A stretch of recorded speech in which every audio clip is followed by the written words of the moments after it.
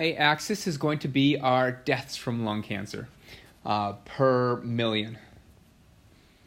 I'll just put death per million just to save me some time. But you should have death from lung cancer on yours. All right, then what we're going to do is we're going to plot all of these points. So we're going to start with Iceland. Iceland said, well, the annual cigarette consumption of an average male was 240 cigarettes, and deaths from lung cancer was 55 million. So we're going to find about 240. Well, note this is 200, 300, 400, 500. So 240 will be about here, and 55 will be about here. So we're going to make that plot right there. So at like 240 and 50 would be about there. Our next one is 250 and 90. 250 would be just a little bit to the right and a little higher, so it'd be about here. So those points are pretty close to how our graph is laid out. All right, then we have 300 and 120. So we'll go over to 300. We'll go up 120, which might be about here. Doesn't have to be 100% accurate, just close. Our next one is 310 and 155. So it'll be a little bit to the right. And at about 155 might be about here. All right, then we have 415 and 160. 415 a little bit more than 400. And that goes all the way up to 160. 160 might be about here. Did I hear it? Yep, 415. All right, then we have 440 and 245. 440 and 245, so that'd be close to that 250, so maybe about here-ish. Then we have 500 and 150. 500 and 150. That's a nice one because it's right on the line. Then we have 590 and 250. 590 and, yeah. Yep, we're just plotting these points. So just plot them all and just look up here and see if you're close to where I'm at. What one was I on? Okay, thanks. 590 and 250. 1125 and 350. 1125 and 350. So that might be about here.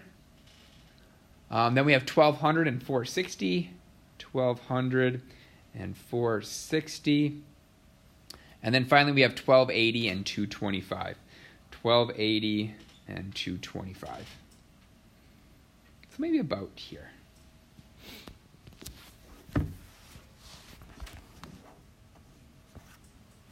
All right, now we're going to look at that. I'm going to move to the next slide, but I'm going to come back to this slide. So if you're not done, that's okay. Just plot yours and see if it matches up. So the first question is, does there appear to be a relationship between cigarette consumption and lung cancer? In other words, does it look like the more cigarettes you smoke, the more deaths in that particular country has? Like you say no? Because one smoked over 1,200, and they have less deaths than one that smoked 400. But what about the rest of the data? If we take off that 1 point. That shows that 1,200 caused more deaths. Then I call it 1,200. I'm just saying, so if we look at just this data without, this is the US, and we'll talk about the US in just a second. So if I just remove that, and I just look at this, does it look like the more cigarettes I smoke, does it generally go up? Mm-hmm. Yeah.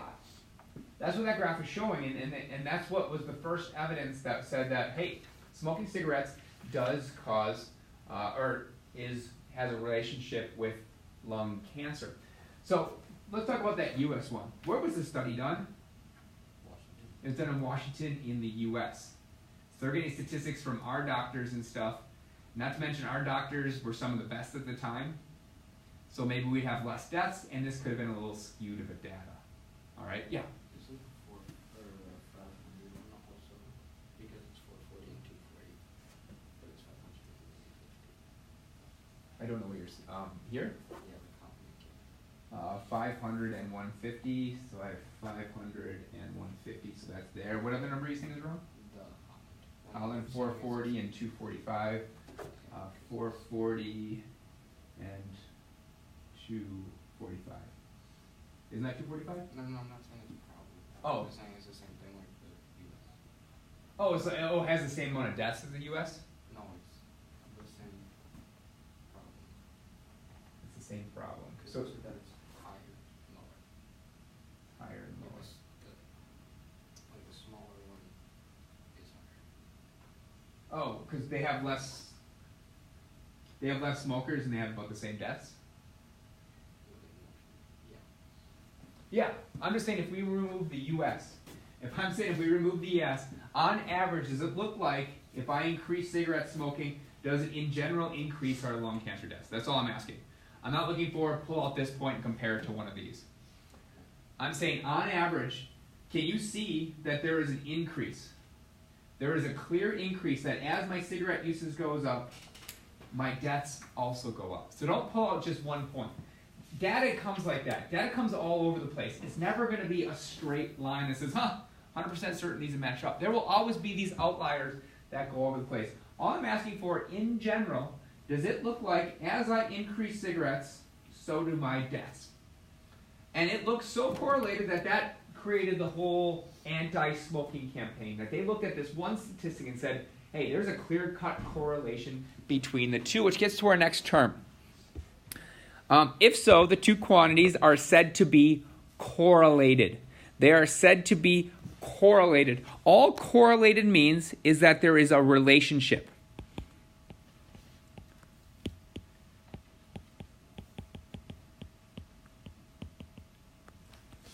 I just want to be clear, and we're going to get to this in a little bit. All that means is there is a relationship between the two. This does not prove that cigarettes cause lung cancer. They're just saying, hey, it looks like if you smoke more, there's more lung cancer around. There could be other factors, but all we're saying is there's a relationship between the two. As you smoke more cigarettes, there's more cases of lung cancer. They're saying there's a relationship. So anytime we have something that looks like as one increases, the other one increases, or as one increases, the other decreases, that is called a correlation, a relationship between two variables. When two items are correlated, they will follow a distinct shape. Above, you can see that what's called a regression line can be drawn. So that's what I was kind of doing with my hand. I was saying, well, if you look at this data, we can kind of draw a line that goes through all of it. That is called a regression line. A regression line is a line that goes through the data and is close to all of the data. So we look at that. So it's called a regression line or a line of best fit that can be drawn. That is a particular line in which the spread of the data points around it are as small as possible. So that line I just drawn is called a regression line.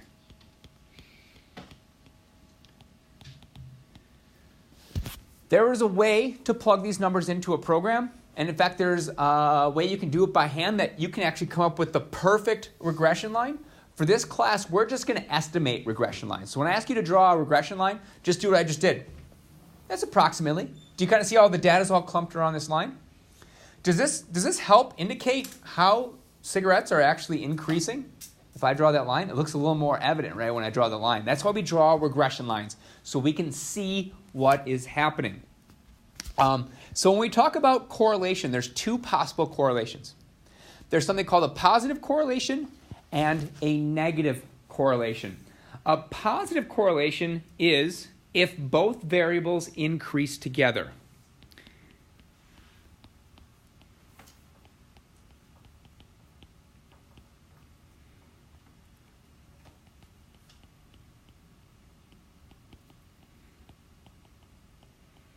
So this would be a positive correlation.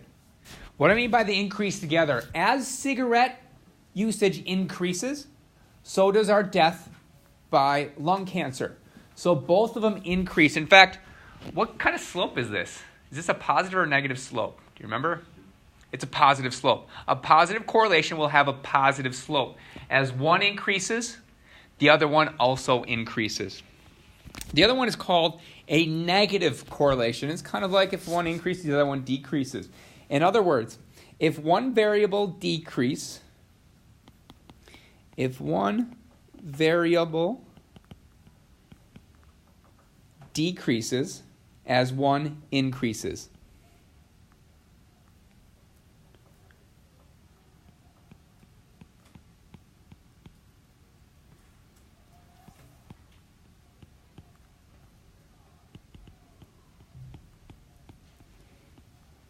So if, when cigarette usage happened, if lung cancers went down, which we know today would be kind of ridiculous, right? But at the time, they didn't know when they did the research. So if cigarette increased and your lung cancer went down, that would be a negative correlation. As one goes up, one goes down.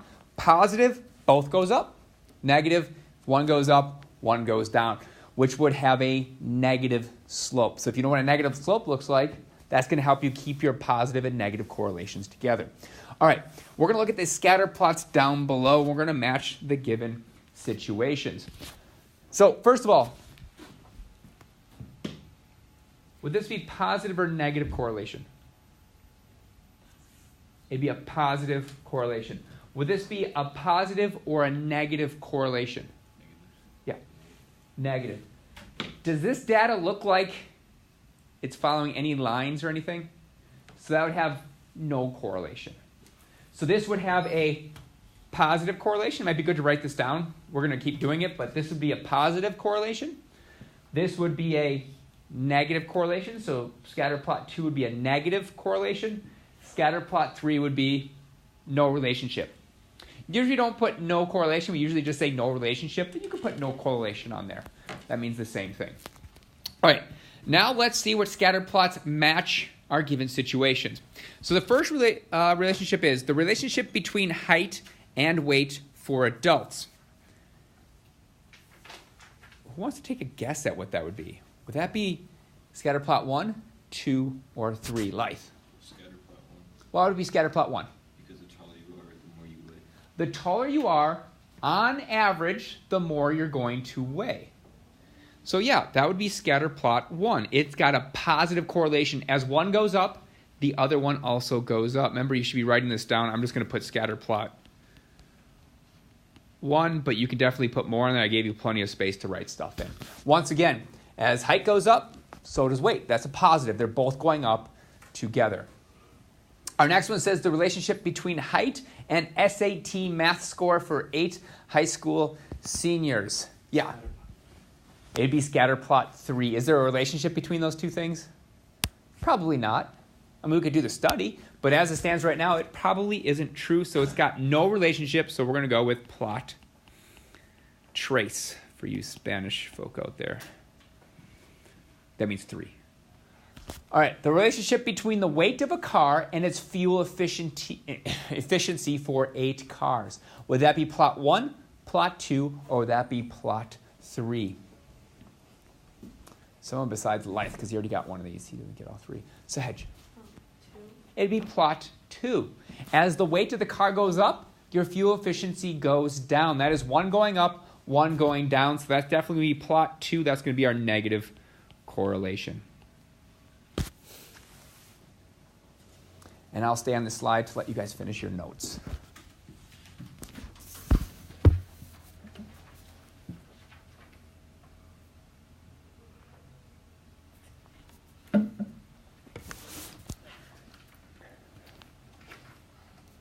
Are we good? Well, you're working on the next thing? Okay. All right. Now, a correlation coefficient. So we know we can put lines on things that look like they're related. But it's always a good idea to say how strong that relationship is. So let's look at all of these graphs. Do you kind of see this first one? That's a perfectly straight line. That's a really, really strong relationship. As the points start falling apart, the relationship is weaker and weaker, and we get to this fact that, hey, there's no relationship. Then we're like, hey, there's kind of a relationship. They're kind of a downward. Oh, man, that's pretty good. That's a super strong relationship. So in order to be able to not have to say those words, we give something called a correlation coefficient. It is a number you're going to assign to how strongly those things are correlated or related to each other. Your correlation coefficient is also called your R value. So your correlation coefficient is also called your R value. Your R value is between the points 1 and -1. So your R value is going to be somewhere between 1 and -1. Now here's the weird part. 1 and -1 are super strong correlations. Anything close to the middle would be a weak or no correlation.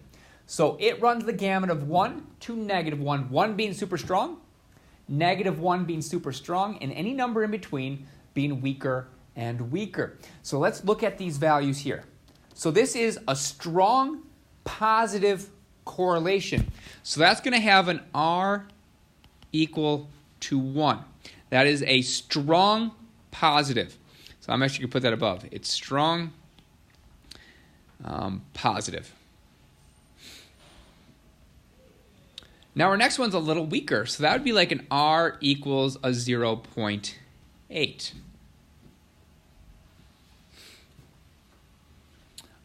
That's kind of known as, so I'm going to get rid of the, we should know what they're positive. This is going to be known as a moderate. I'm trying to say exactly how I worded it in the homework. I want to use the exact relationship.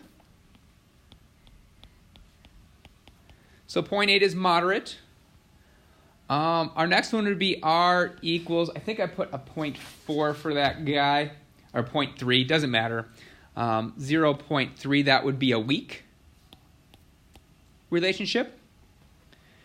The middle would be no relationship, so that would be R equals 0. That would be no correlation.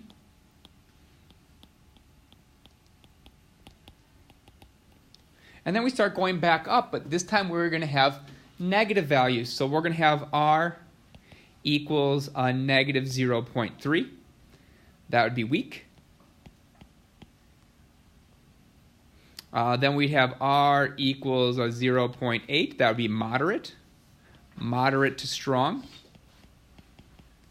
And then finally, we'd have, that'd be a negative 0.8. Let me erase that real quick and put a negative out front instead of just tacking it on. So that'd be a negative 0.8. And finally, we would have an R value of a -1. Once again, we go back to strong.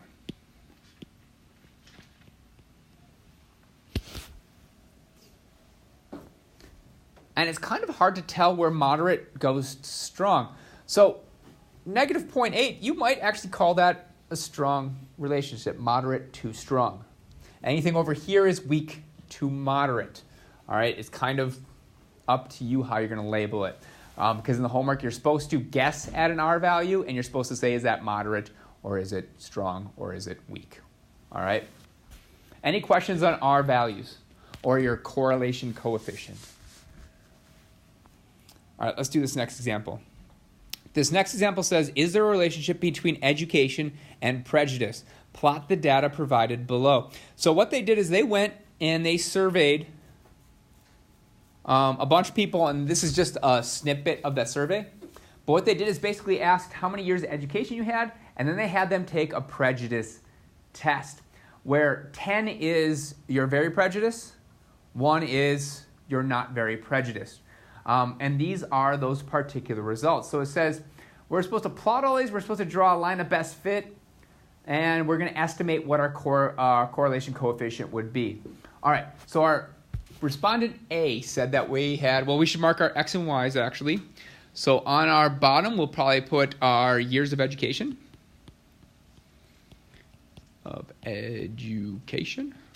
Connection.com. All right, and then we're going to do our score on our test.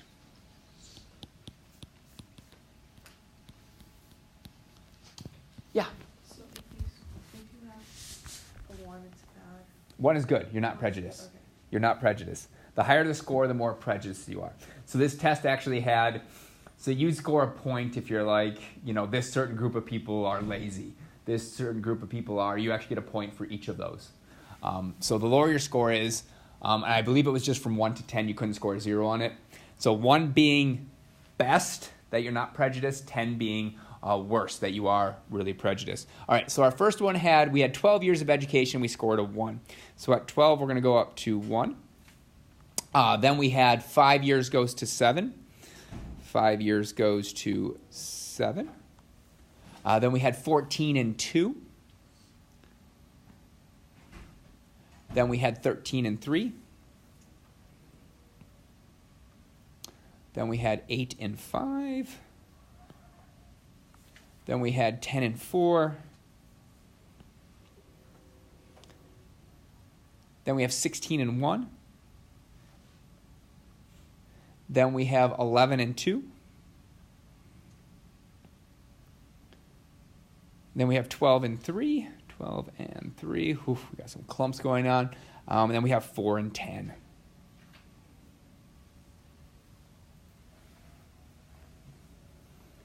Does there look like there's a relationship between those two things?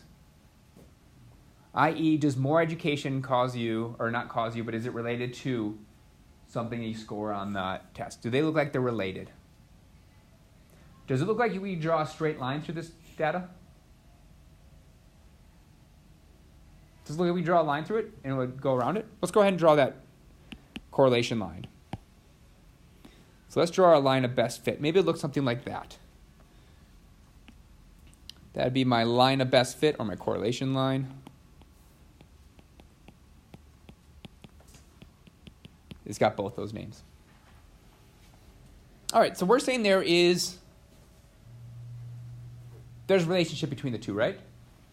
So that means it's going to have some kind of R value that's not 0. Does anyone want to guess at about? There's no correct answer for this one.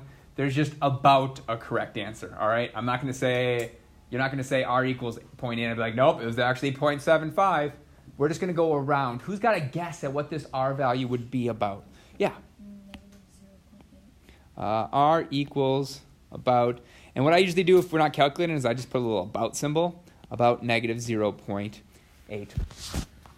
Does anyone disagree with that? Why is it negative? Can someone tell me why it's negative? Yeah. Because it's going down. As 1 increases, 1's going down, so it's negative. Does it look like the data is mostly around this line? Yeah. I think negative 0.8 would be probably a really good estimate for that. So under that y, I'd put, well, it's negative because as 1 increases, the other one decreases. And it looks like all of the data is clumped around that line. It won't be negative 1. Negative 1 has to be a perfectly straight line. So it must be less than that. So we just go with negative 0.8, which means it's a moderate to strong relationship. So is there a relationship between education and prejudice? Yes. We confirmed that with our R score, and we said it was close to this line. Here is the question of the day. And if there's only one thing you take away from this lesson, or one thing you take away from stats, it's this one statement we're going to get to. Does this mean that education causes a decrease in prejudice? Does that, you're shaking your head, no, I love that. It does not show that it causes. It does not show that it causes. Just because there's a relationship does not mean that it causes it. There can be lots of other factors. I was hoping they were juniors because we just learned correlation does not imply Oh, causation. okay. Yeah, we have a big correlation causation right there. It's all related, guys. So it is not 100% causation. In fact, we're going to get to, let me go to my next slide real quick. So you can put whatever you want here, but you should say it has a relationship. It does not mean causation, because correlation never means causation. Just because two things are related does not mean one causes the other. In fact, what might be some other explanations for a decrease in prejudice? Think about the people that go to 12 years of school. Do they have anything different than the person that doesn't even get through high school? Yeah. They experience and learn more. They experience more. They experience more. What do we think about them financially, maybe? Save more money. Probably someone that goes to 12 years has more money. They might see more stuff. What other things might be? So we're going with maybe different experiences. right? So the 12 years is going to cause different. So in fact, that goes along with one of mine that I wrote down. I said we'd have increased exposure.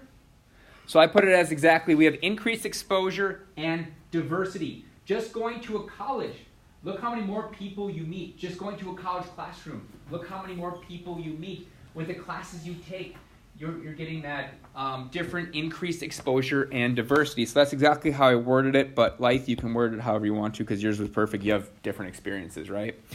Increased exposure to diversity. One that a lot of people don't ever look at is how many people are in that sample?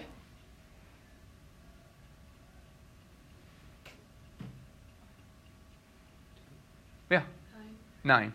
Could it be a coincidence? Do we know for 100% fact that this goes across all the population?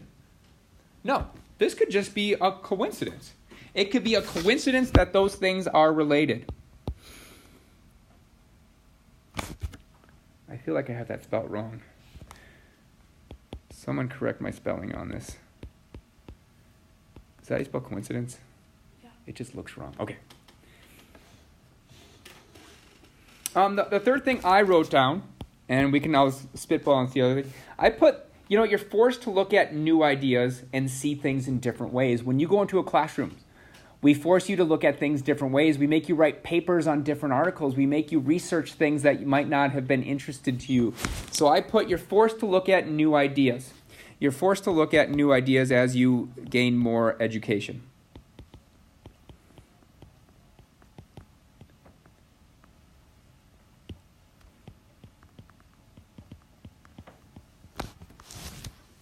So when you look at correlation, when you look at a relationship, you have to look at the fact that there's more stuff going on than one graph.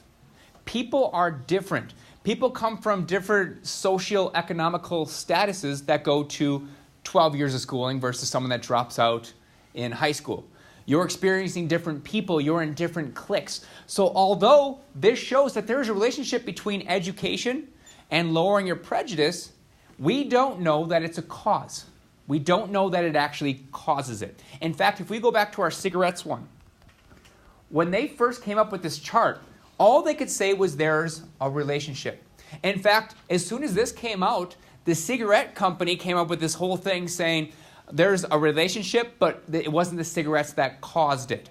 They came up with all these different causes that caused it, keeping cigarettes out of it. They were saying that, hey, people that smoke a lot might live differently. They exercise less. So they blamed it on the people, that you were different. You didn't work out as much. You didn't eat as healthy, which could have been. We've done billions of studies since then, and we have scientifically proven that it causes it. But at the time, it was just a relationship.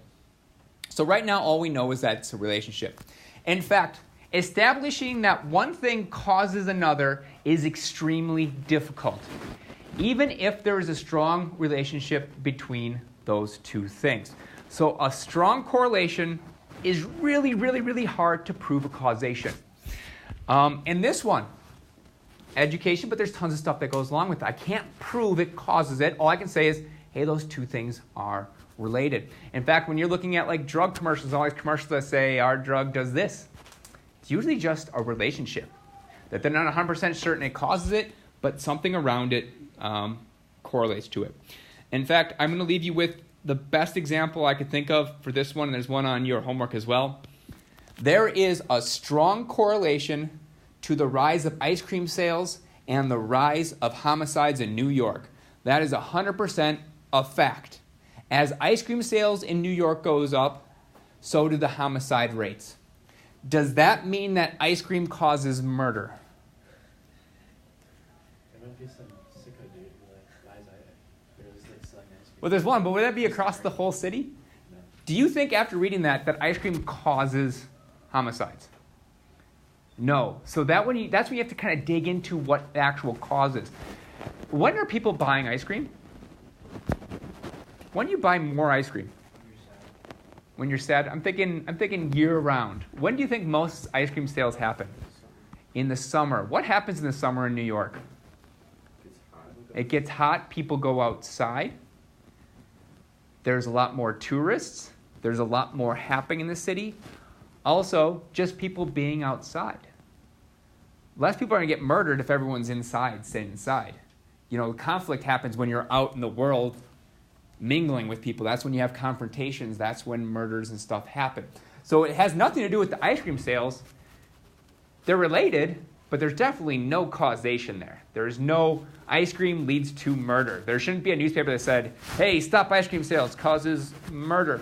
But some of these companies like to do that. They'll say this correlation means that our product causes you to have better hair or something like that.